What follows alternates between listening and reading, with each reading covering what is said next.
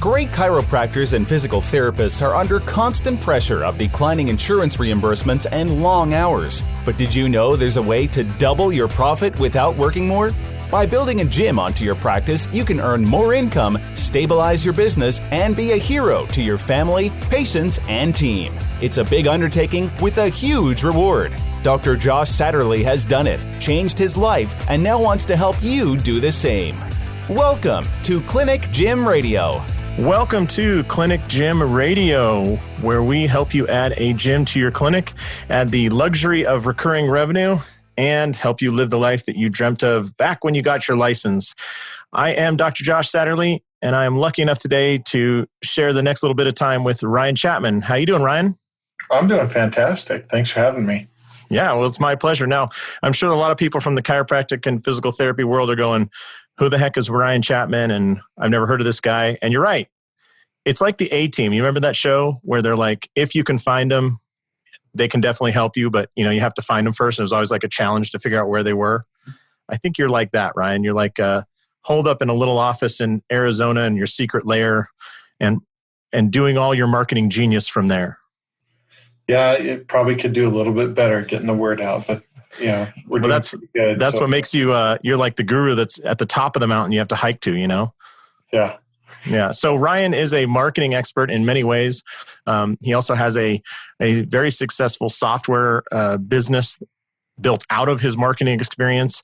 And the reason I wanted to have you on today, Ryan, was a lot of these clinic owners, they really built their businesses off of kind of word of mouth and referral, like a lot of service providers. Yeah. But now they're going to add another layer of complexity of the gym. And so do you think you could help us maybe figure out some good marketing tactics and strategy for that additional business that's going to come on? Oh, absolutely. There are always solutions. That's the good news for any business. There are always solutions if the fundamentals are right. And what you're talking about here at the beginning with the recurring revenue layer, that is one of the critical components to having a successful business, is getting that way that you can be a winner each month, even before you started working. Right. And winning and success, oftentimes people think of it's just a dollar amount, but really, as you discovered, there's a big difference to, say, having $30,000 of recurring revenue versus $40,000 of kind of eat what you kill, right? Right.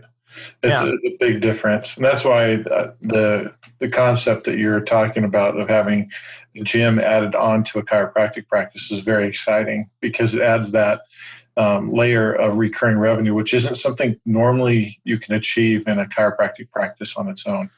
Right. So if you have time, now I must give a warning, by the way, to all our listeners. Ryan is the only person I've ever met in my life that matched the dryness of my humor with even drier humor. So we should probably give that little warning out to the audience, because at some points it may get pretty dry in here, but that's one of the things that attracted me to Ryan, was he had exactly the same sense of humor as me. So I perceived him as a genius. It is an underlying characteristic. Yeah. So, all right. So can you kind of take us through your experience of when you added a recurring revenue kind of piece to your business, and what initially started that idea? Yeah, it's interesting because it was an accident. It was kind of a pleasant accident, but it was an accident nonetheless. My brother and I, this is right after I got my initial, kind of taste of the marketing education that I was going to need. Because I'd noticed in my own businesses that I had great ideas. I worked hard, but frequently I couldn't get enough customers to keep the business afloat. And so I had a number of failures, and they're pretty painful because I didn't feel like I was employable anywhere. And maybe you guys have found yourself in that position before, but I didn't feel like I had any other options. So I had to learn how to make entrepreneurship or owning a business work. And so, I started to get a marketing education because I realized that was my deficit. And as I did that, I came across a few of these different concepts. Well, my brother and I had met the day before we started this new business. It was being started because we had a presentation we're going to be giving the next day. And, or it was actually that same evening. So he's like, okay, so what are we going to do to deliver, what we're promising in this presentation? And, he'd suggested maybe we could give him a DVD with this calculator that was an important part of the whole process that we were going to propose. And I was like, no, let's put that into a software and make it a recurring revenue situation. And that was just like a side thought. I didn't realize how big of a deal that was going to be at the time, but we did it, right? And so we were selling this product that was an upfront cost, and then there was this little membership. The upfront cost was like $1,000 is what it ended up being ultimately. But the membership part was only like $39, $49 a month. And at the time, it didn't seem like much, but it seemed like it would be a good idea because we're going to, want to keep working with these individuals as they get to understand the program that we were working them through. And what I didn't realize is that when we stopped selling that product up front, we had built up enough recurring revenue that we were able to bring in $4 million over a few years as that recurring revenue stream kind of gradually dwindled, because that was kind of the nature of that business. But it got me convinced that recurring revenue is the thing that I want to be building in a business. Now, I can build it with an upfront sale, or I can build it with a one-time sale, but I definitely want to be building that recurring revenue as I'm building my eat what you kill type of sales. Because if I don't do that, then I'm always starting from ground zero, right? So in a chiropractic practice, for example, you may have appointments booked out, but those appointments aren't money until you actually deliver with your service. Absolutely. Yep. On that person. So that's like potential money, but it's not actual money. And so each day that you wake up, if you, like, for example, get sick or you injure yourself in a way that you can't actually practice, your ability to get paid and earn money for you or your family or your loved ones is now taken away from you. And so that's kind of a precarious situation to be in. And you're always starting out at zero. So each day as you walk into the office, the expenses have already lined up for the day, but the income has to be earned throughout the day. Well, when you partner up with, if you get your gym attached to your practice, now you've got a situation where each day you're going to have money that's already been deposited into your account, even if you didn't show up to work. And even though the expenses are there, the income's also there because it's happening each month. And that's a really powerful concept. And that can give you a ton of liberty, not in terms of just money, but also in decision making. Because absolutely.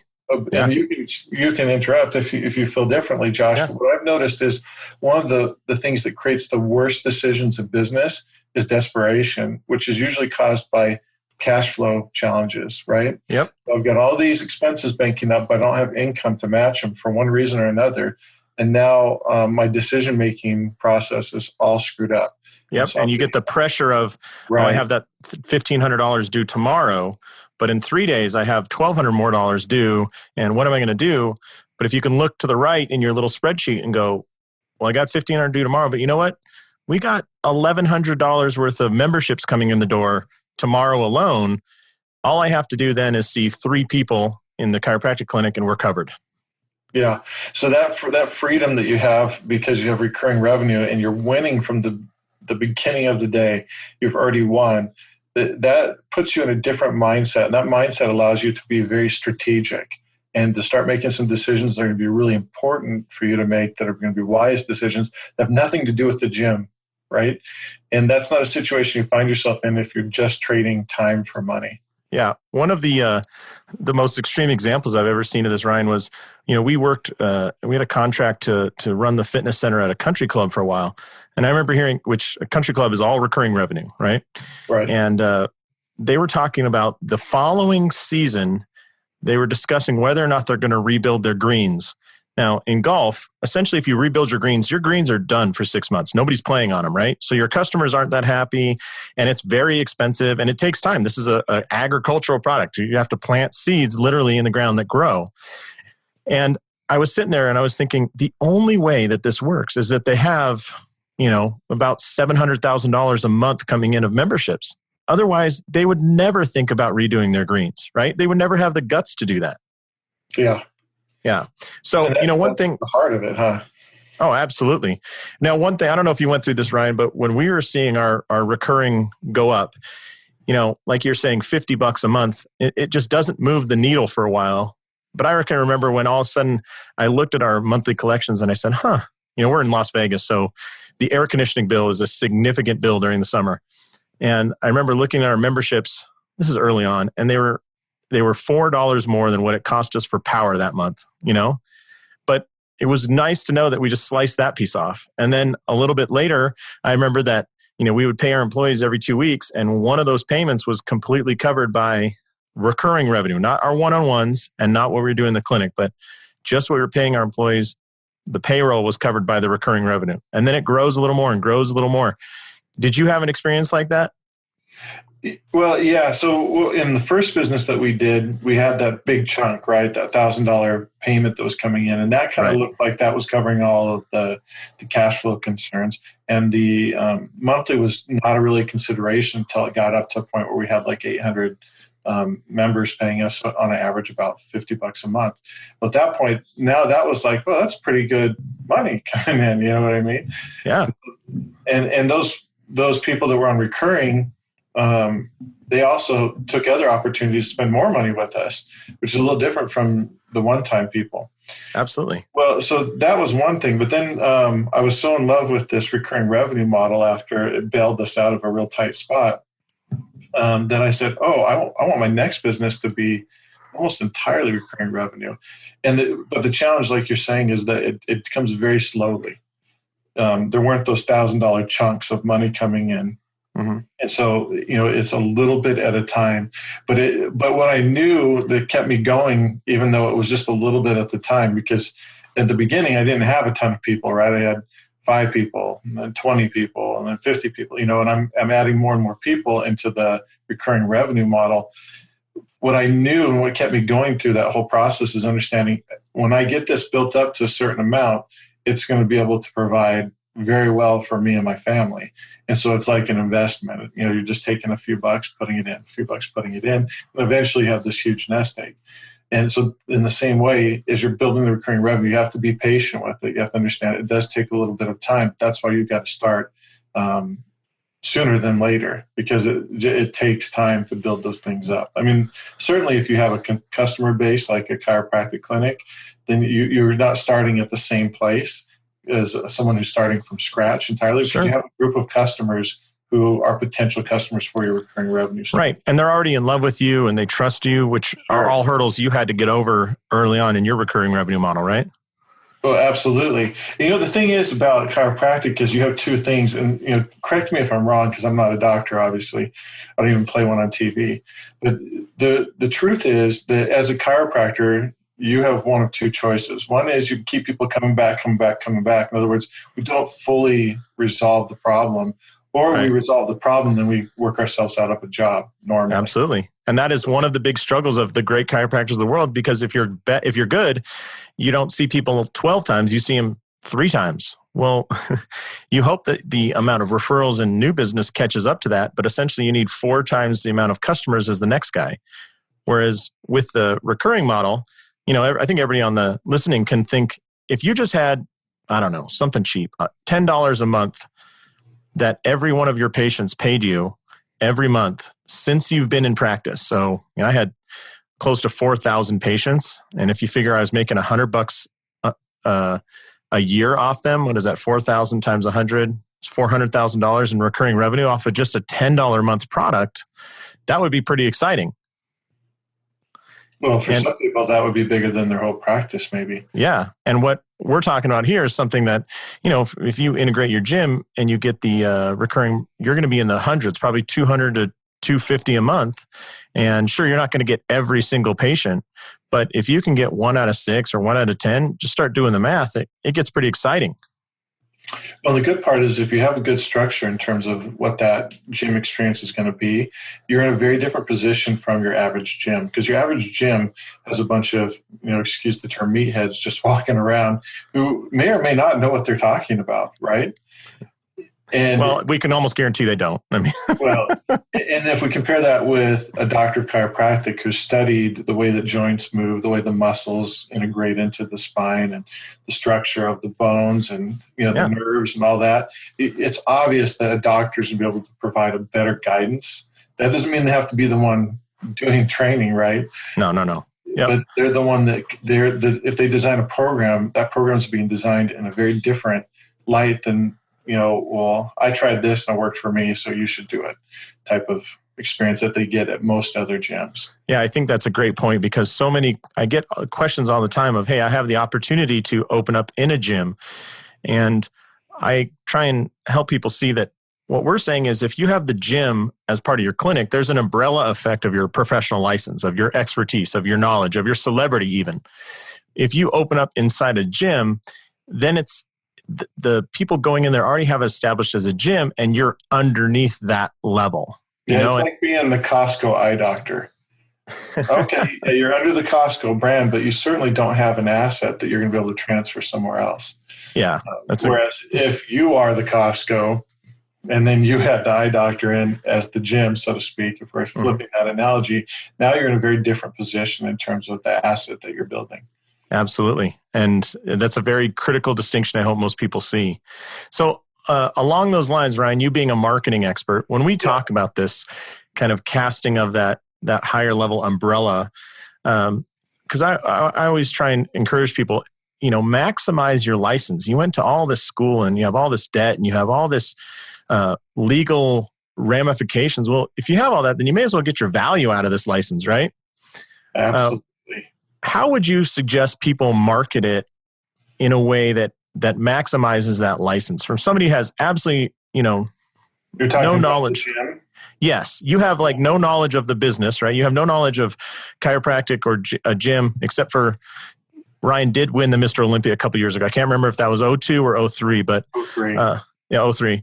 It was pretty epic. But anyways, and you've been to a few chiropractors, but besides that, what suggestions do you have as far as marketing this ancillary product? Well, absolutely. So I'm going to go from a few assumptions. And the first assumption is that you have a practice that has customers in it, like a chiropractic practice. Because if you have that foundation, then it's going to make everything else easier. In fact, it's going to make it easier for you to actually grow the practice as well as the gym at the same time. You're saying it's not one or the other, actually both at the same time will be, what's that called, synergistic. Yeah, absolutely. Because you're creating a different situation, and the narrative that you can now give to the market is very different from your average chiropractor.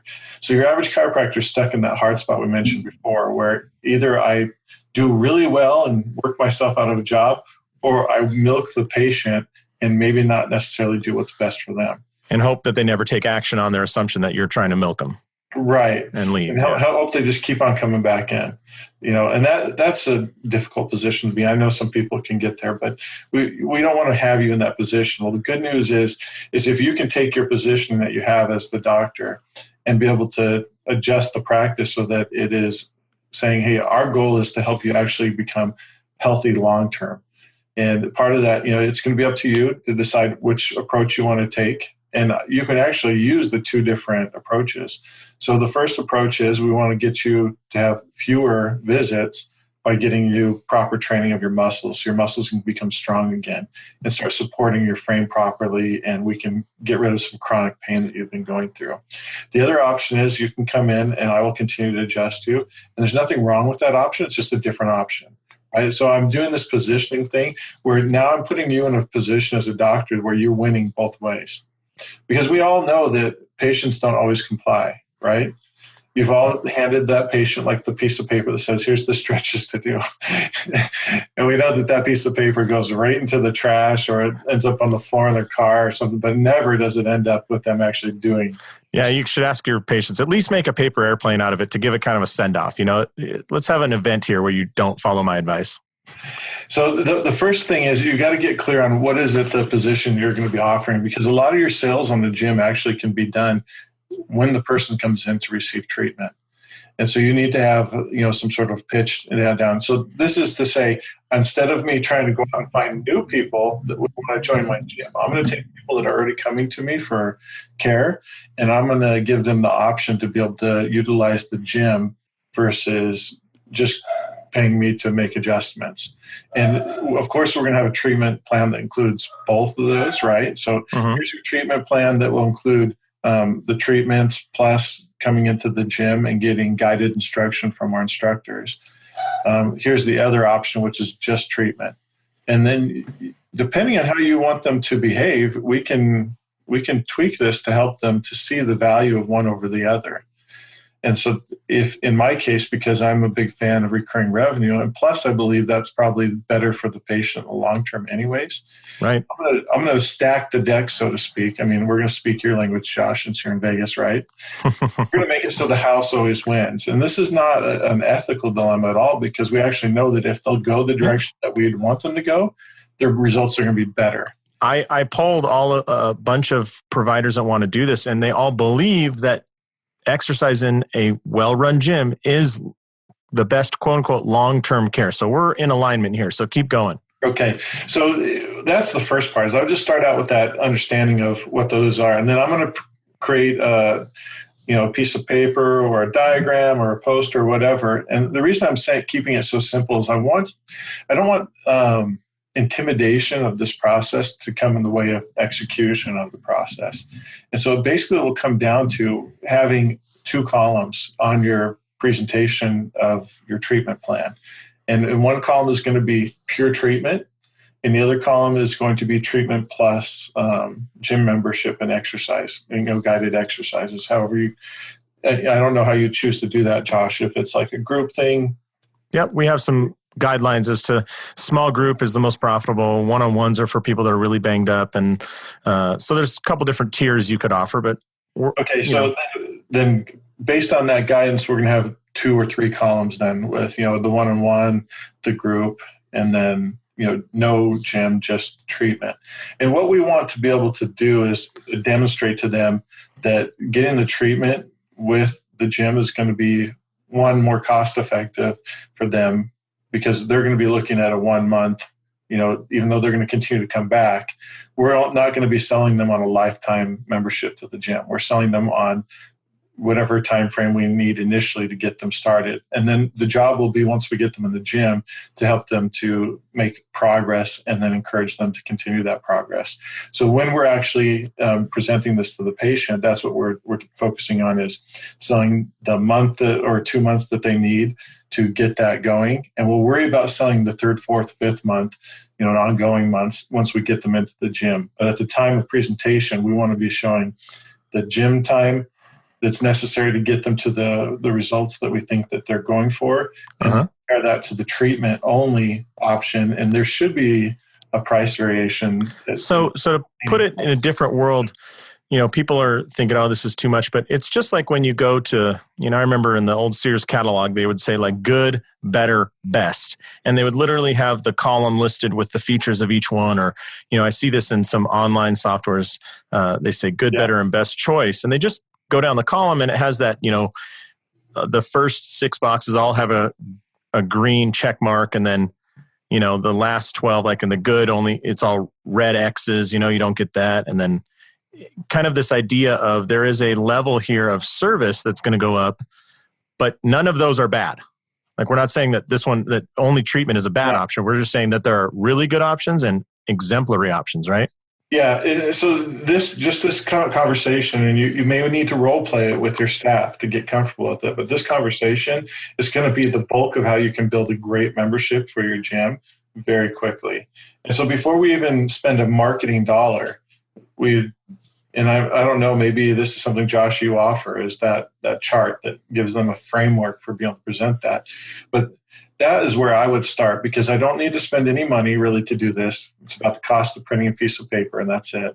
Or maybe even a whiteboard, and I just draw it out. I just get good at writing good, better, and best. And then we'll talk about each of those and the pros and cons of each of those treatment plans. But just presenting those treatment plans and then helping them to actually see, wow, it's actually more cost effective and better for me to do the gym with a small group. Well, that brings up another question. Let me ask you this, Ryan. You've been around a lot of entrepreneurs and business owners your clients have sold everything from chiropractic to golf lessons to supplements, right? So you've seen the world. There's this feeling sometimes, especially with service providers who care so much for people, that selling this is going to be, what's the term I'm looking here for? Intimidating, or that people look back and say, you're trying to sell me too much. But you were the first person who really told me, like, most of your customers want a complete solution to their problem. They don't want just a Band-Aid. If given the choice, they want a complete solution, right? And that's because that's why they're coming to you. I've got Right. pain. And when you sell them just a little bit, you're not giving them what they want anyways. No, and what you'll find is that if you have a practice where you haven't been selling a complete solution, and I should reverse that because this whole discussion is not about selling. This is about diagnosis and prescription. The problem is that a lot of chiropractors have been not giving the best prescription because they felt constrained. And so the reality is we're not talking about selling somebody. We're talking about recommending the best prescription. But we're not, the thing is if you just prescribe the gym, then you're also not being true to what you know is possible. Because you do know that if I do enough of these adjustments, I'll probably be able to help them get out of pain and get to a better spot. But I also know that if they do adjustments and these exercises, they're going to stay out of that spot and they're going to heal quicker and they're going to get in a better position quicker. So right. By giving a prescription, if you've been to any other type of doctor and they say there are multiple solutions, in terms of prescriptions for the diagnosis, they won't just push you to one unless that doctor finds it easier for themselves. But if they had any interest in it, they would say, well, here's one, here's why this is good, and here's another, and here's why this is good. Which one sounds better for you? Now, that is a technique from sales that's called the double bind, and it gives a person an option to choose either one or two. In fact, it's one I recommended to my son when he was trying to sell candy bars just to make some money. I said, don't say, do you want to buy candy bars? Say, would you like a Twix or a Snickers? Well, the other thing is, and psychologically that I really saw when we had our facility was that your clients you're selling them a complete solution. So you're selling them let's say a transformation, right? And that transformation can either happen when you're not around, which, you treat that person for their knee pain and they're saying, I'm training for a marathon. Well, I think as a service provider, you want to see the marathon picture. You only knew that person with the hurt knee, but what you'd love to see is 6 months from now, the picture of her crossing the finish line. I mean, it's exciting to know that you helped along that journey. And one of the great things about offering this other level is if they're in your gym, your favorite people, your clients you absolutely love are going to be there, and you're going to look across and go, oh man, I remember when Ryan came in, he couldn't even, he couldn't turn his head without pain. And there he is, deadlifting 250 pounds and he's smiling, he's high-fiving the person next to him. That feeling is way better than I wonder whatever happened to Ryan, Right. And that's why you owe it to yourself, because honestly, if you're in this business of chiropractic care and you're not seeing results for people, it's got to get a little depressing, I would think. Hey, we'll be right back with the rest of our interview with Ryan Chapman right after this. Are you a chiropractor or physical therapist working long hours, worrying about lower repayments and missing out on quality time with your family? You can double your income without working more hours by adding a gym to your practice. Clinic Gym Hybrid Solutions has a step-by-step guide that dramatically simplifies and speeds up the addition of a fitness center and its monthly recurring revenue. In just 6 months, you can be on your way to freedom. Visit clinicgymhybrid.com today for a free downloadable PDF and complimentary consultation to get you started. That's clinicgymhybrid.com. To kind of recap, you're saying day one, offer your client a choice of what level of care do they want. Do you want chiropractic just solely, or do you want this blended in with the gym, or do you want this ultra high service, maybe chiro, gym, massage, and some other, if you offer other products in your, massage maybe and some nutritional advice, and let them choose. Go ahead. And look at this too. When I go to a doctor, chiropractor, dentist, any kind of, medical professional, I don't know anything about the solutions. I don't know what's best. I'm not one of those people.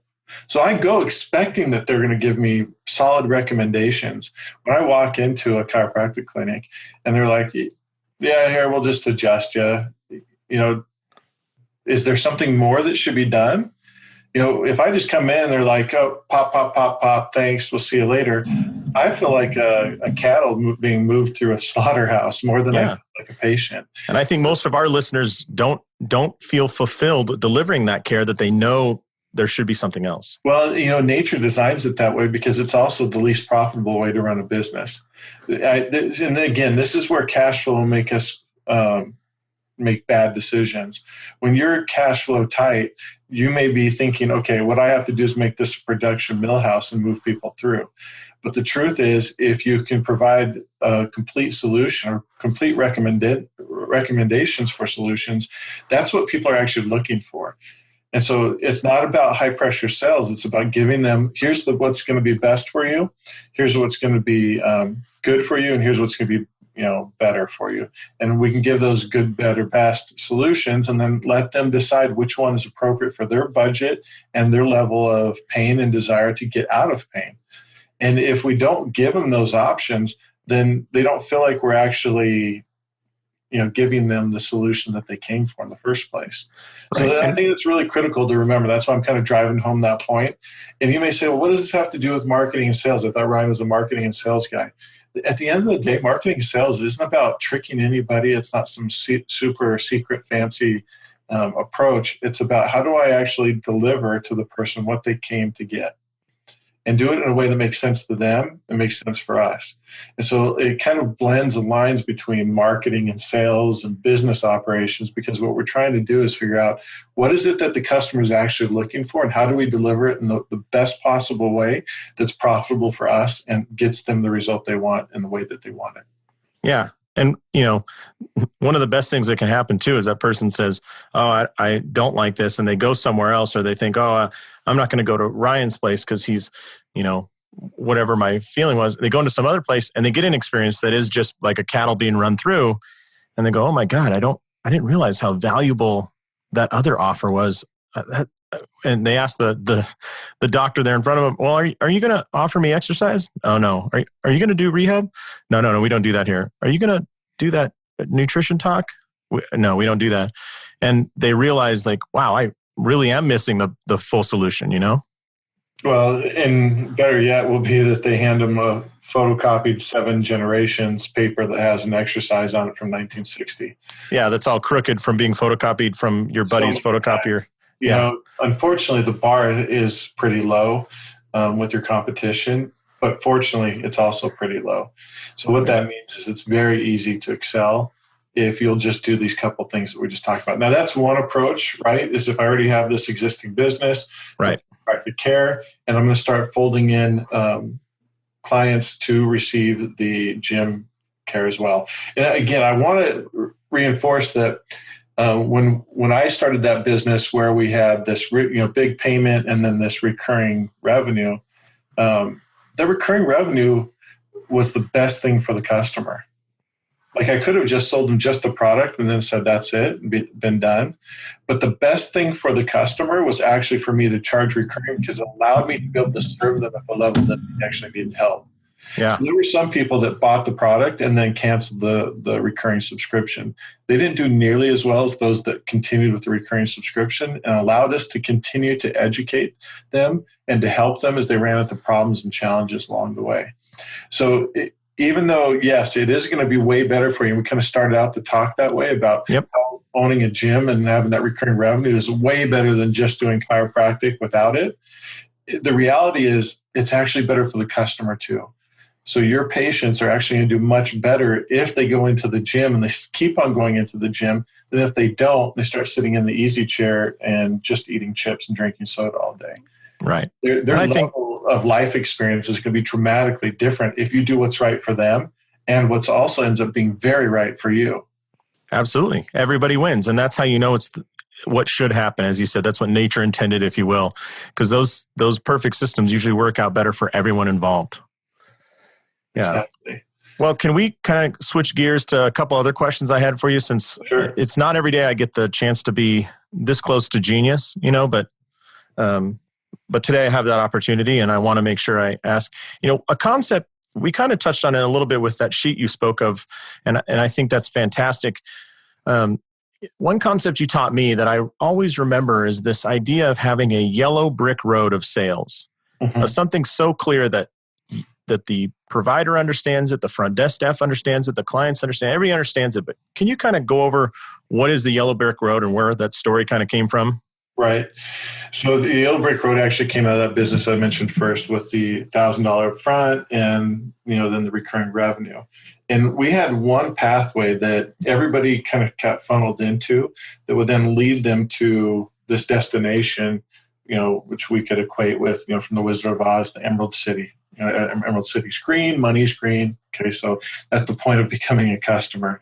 And the Yellow Brick Road, if you remember from the Wizard of Oz, is such a simple instruction for Dorothy to get to the Emerald City that literally these little munchkins could come out and sing it, right?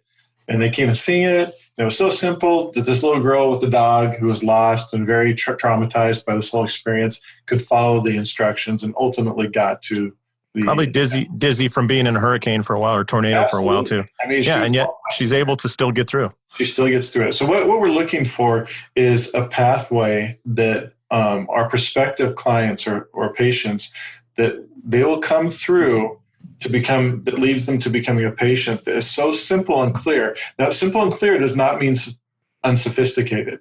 It can be very sophisticated, but still simple and clear. So simple and clear that everybody in your practice understands exactly what the pathway is that the person goes through.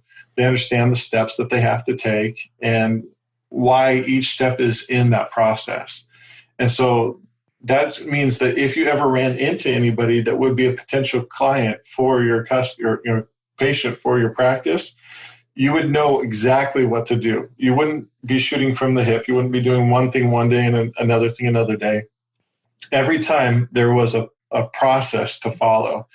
So like an example that I might imagine is that I would have a card with a keyword and a phone number on it, because I tend to think about texting because everybody's got a phone with texting enabled on it. Almost everybody. I mean, we have kids in like elementary school that have phones that can do texting. Not that we're shooting for that, but the point is everybody's got them. The old people got them. The young people got them. The in-between people got them. Everybody's got a phone with a mobile phone and the ability to text. So I would have a card with a keyword on it, and I would probably put, I could put pain on there. I could put APPT for appointment or call or whatever. Mm-hmm. And I would have a phone number and say, it looks like you're in pain. Text this number to this word, or, this number to this phone, or this keyword to this phone number.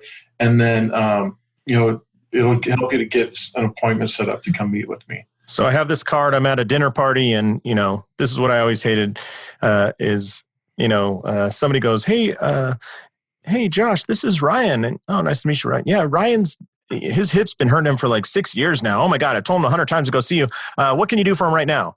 And you're standing there at this party, you're dressed in your nice shirt and pants, and you're like, this guy doesn't want to be treated right now. His friend is trying to help him out, and you feel guilty, like, what should I do right now? And I always felt like dirty as a business owner to go, well, here's my card, and shove it in his face. But what you're saying is we have the opportunity to maybe text in a number and provide this person some more information, right? It could be information. It could be a process of getting an appointment. I mean, in that specific scenario, if that's a scenario that happens frequently for chiropractors, I don't know. I assume it could be. What I would do is I would ask a few diagnostic questions. I would not prescribe. I would ask a few diagnostic questions to help me to understand if I can help them, right? Because one of the things you don't want to do is get somebody in there that you can't help. You don't want to waste your time or theirs, right? Right. So I would courteously ask a few questions that would help me to diagnose if I'm going to be able to help them. And then once I've asked those questions, I go, well, yeah, it sounds like we could actually help you pretty quickly. How long have you been suffering? I would ask a few questions about that would shine kind of a light on the pain that they've been in and how long it's been, just so that I can, because one of the things that will happen in that kind of scenario is the person may not be motivated at that moment. They have mild pain or they have intense pain, but they're not quite motivated to take action. So I would ask a few questions that help them focus on the fact that the pain has been around for a while and it's not going away. And then I would ask a couple other questions, maybe about movement, something that would indicate my expertise level, right? So if you lift your knee up, does the pain increase or decrease? Okay. And if you put your foot out to the side, increase or decrease? Oh, fascinating. Yeah, actually, that's a condition that we frequently see, and we can actually help you out with that relatively quickly. Okay. So we have this. Here's what I want you to do is you can do it now or you can do it when you get home, but the sooner the better because your condition actually can be rectified fairly quickly. Just text this keyword to this number, and that'll start on the process of getting you the help that you need. So we have that first step in our yellow brick road, right? We make that initial contact with somebody, and we give them this is why I like the yellow brick road. We give them a very clear next step as well, right? Exactly. Not, find my number, call, and make sure that you mention that Judy sent you, and you're going to talk to my office manager, Nancy, and she's going to put you in. Yeah, don't ask for the basic appointment. Ask for the extended lunch-o-matic. It's confusing. So I'm going to say text, and when they do, now we already are in their phone. Exactly. And so what we're trying to do with this whole process, too, is that your business card on the front of it can have your name, it can have your practice name. It can have your office number. That's okay. But on the back is where we're going to have this very clear call to action. And it's not only going to say what to do, but what's going to happen when they do it. So whether, in that kind of scenario, we actually can go straight for the kill, so to speak. Mm-hmm. Say, why don't you just get an appointment? One of the things you want to do in your yellow brick road is you want to remove all risk, because humans are naturally risk adverse. So if something sounds like it's going to be too hard, too difficult, and we're not sure we're actually going to get the result we're looking for, then we don't do it. That's everybody. Oh, absolutely. And so you have to understand that in marketing and sales. And so what you have to know is that there is a conversation going on in a person's head as soon as you suggest that they should come in and see you. And the conversation revolves around, am I going to have time to get to their office in between my lunch break or my time off? If I do go in, how much is this going to cost me?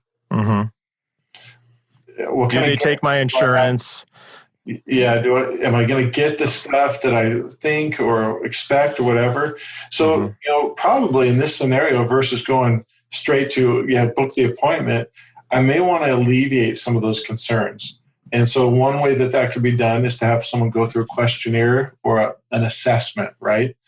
Where I can ask them a few questions that can help them know, okay, yeah, this actually sounds like it could work for me. So questions and then answers. Those answers could be delivered in a number of different ways. They could be delivered by a human. That would be my first choice. Ask the questions and say, okay, I'll have somebody reach out to you and let you know what we can do for you and talk about your insurance or anything like that. So in my assessment, I'll be asking them all the questions that are the ones that are lingering in their head and keeping them from taking the next step. Right? So let me just review here. Yeah. So I meet somebody at a dinner party. They say they have pain, or their friend or wife or whoever says they have pain. I say, all right, I'm happy to take care of you. Ask them a few initial questions there, but this is something that we see all the time. I'll make it very easy for you, Ryan. Just text that keyword right there. Text that to that number, and we'll reach out to you and get you set up. So they text that number. Would say, go ahead. Text that keyword to that number, and I'm going to deliver this assessment to you. Okay. So they do it. They get a couple questions on their phone. Does it hurt when you lay down in bed?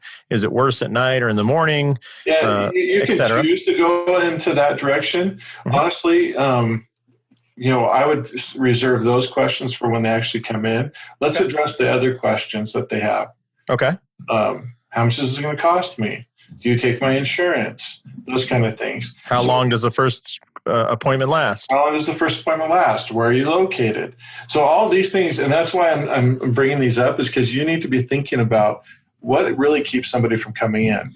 Well, this is a really good lesson for me because I fall back into technician, professional. I have the license. I must only operate in the license. And you're helping me kind of step back and go, remember, you're dealing with a human being before you're dealing with a patient. And what does a human being worry about? The human being's got all sorts of things that get in their way too. I mean, I'll give you a case in point. My wife, right? She's woke up this morning. She goes, man, my shoulder's just been bothering me. I said, why don't you? And then she said, oh, my lower back too. And I've got these headaches. I go, why don't you go on the chiropractor? Well, because if I go in, it seems like I just hurt more after. Okay, so take a step back. You guys are all doctors, hopefully they're listening. Do you guys know that if that's true or not? Typically, that's not true, but you know, But this is the perceived concern. right. So why is she not going into the chiropractor? Her husband, who's going to pay the bills, encouraged her. Right. Yet she says, no, I'd rather stay in pain than go because I feel like it's going to be worse when I come out. So, there are So here's a great question to put on that initial survey, right? Sure. So that's what I want you to do. I want you to think through what are all the concerns that you can imagine that somebody might have, and how can we start to alleviate those before they come in? So I call this preemptive marketing or sales, because what we're trying to do is we're trying to preemptively deal with any concerns that we think may be keeping them from taking that next step. So if we can get them to text in, right? Well, that's kind of easy because there's no real commitment at that point. Okay. Text in, I'll send you a quick assessment. It'll help you to know if, I'll be able to help you or not. It'll also address some questions that you may have about this, that, and the other, right? Well, now what we do is we can put them through a quick assessment.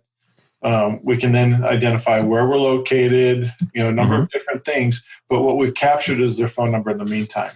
And because they started on our Yellow Brick Road, now we're in a position where if we have staff that has stuff that they're not doing, if they're sitting there doing nothing for part of the day, we can have them call people that didn't finish the Yellow Brick Road and actually book an appointment. So as soon as they get off Facebook, they can then, I'm just kidding. But yeah, so the next step is they call this person and say, hey, I'm over here at Dr. Satterley's office. And is this Ryan? It looks like you had some back pain you're dealing with. Yeah, notice that you started to get the assessment, but you didn't finish, or you finished the assessment. Just want to review these questions with you real quick, make sure that we got everything clearly. Did you have any questions that came up before we get you booked for an appointment? So this whole process that I'm kind of walking you through, that's your Yellow Brick Road. And I'm kind of designing this on the fly, so that's why there's Sure. Well, I didn't start with that, but then he added that in. I'm just kind of designing this on the fly as I'm thinking through this scenario with you guys. But then I want you to be able to recognize the process that we're going through as well. There's a process that is going on that can be replicated through any type of business situation. But in this situation, that's what I'm trying to do is what's going to stop them from taking that next step of action? How do I do something that will help them to be able to overcome that concern? And at the very, very beginning, how do I capture contact information that will allow me to then follow up, help them move to the next step if they should stall out for any reason? Now, one reminder I always try and throw out here is every provider already has a road to their office, and they've had 30 different versions of the road to their office, right? And they're oftentimes confusing. They're not outlined in yellow. You don't have Munchkin's guiding the way. So what you're saying is just take the best functioning way of doing it and make that happen. Help your patient find that every time, right? Right. And once you get familiar with what this whole pathway is, you should be able to draw it out on a napkin. It shouldn't have more than like 3 or 4 steps in it. And when you have those 3 or 4 steps, you should be able to train everybody in the office. This is how each of these steps work. If you meet somebody, because you should want everybody on your staff to be recommending you, right? If they're out at a party, they should say, oh man, you need to go see Dr. Satterley. Here's how you get started.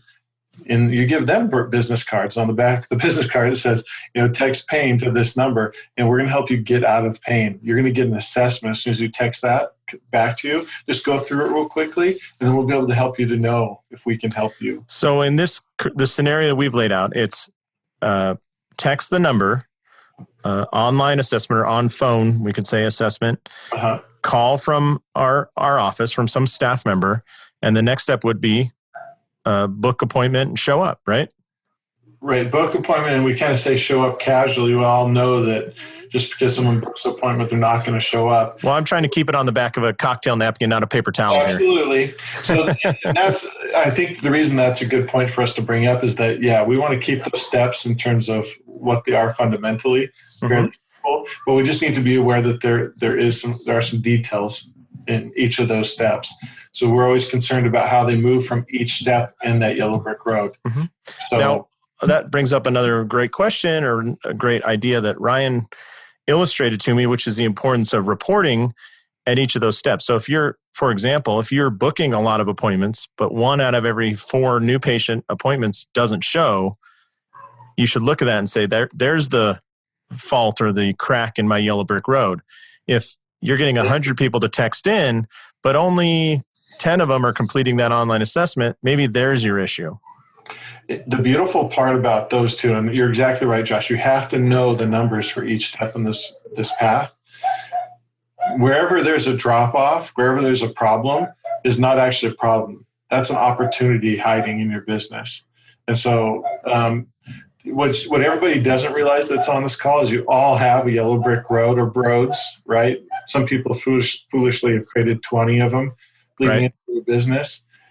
And those yellow bricks get very expensive at that number of roads. Right. But what's going on is if you're not aware that that's the road, then you can't measure it, you can't prove it.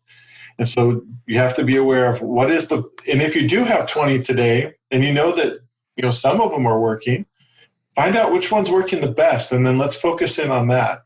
Now, what's interesting about this is you'll notice we can attach any need to the first step of that yellow brick road.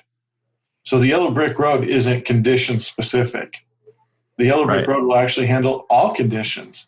It's built to bring anyone in of any condition. So can we go out and market or talk to different groups or put our message out there that is to a specific pain, like maybe ankle pain from twisting your ankle, or shoulder pain for golfers, or what? We absolutely can.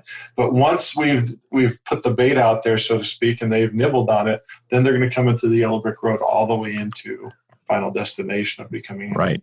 And in that way, when people always ask, what should I do for marketing of my gym? What should I do for marketing of my clinic? And they ask all these kind of the questions aren't wrong questions. They're just coming from the wrong place. I think as soon as you have clarity as to what is your yellow brick road and who is the Dorothy that you're serving, right? If you're trying to attract young girls who wear skirts and ruby red slippers, then that's a different method than if you want to attract 73-year-old male golfers. And either one is okay. But when you're clear on that, then you can say, you know what would start this yellow brick road? Dorothy over there is on Instagram a lot. So you should run Instagram ads. Or, the 73-year-old golfer, probably not on Instagram so much. So that might be a waste of marketing dollars. But the clarity is the best way to save money along the way, right? And not waste it. Absolutely. Yeah. Well, Ryan, I hate doing this. I could talk to you for hours and days, and I feel like everything pure mirth. I mean, everything that comes out of your mouth is just, it's the gold that lines the yellow brick road. I mean, it's unbelievable. So number one, thank you very much for being on Clinic Gym Radio here. Secondly, how can people get a hold of you, or can they find you if they want to build their yellow brick road, or they want some of the tools that you do offer? The best way is actually to text DEMO, DEMO, to 760-621-8199. That'll give you a little demonstration of what our texting software does.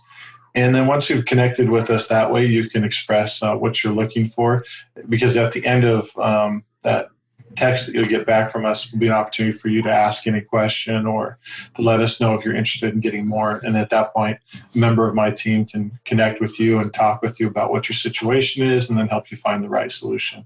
Wow. It sounds like you have a pretty well-defined yellow brick road right there. That's awesome. So can you repeat that? Dog food, right? Yeah, that's right.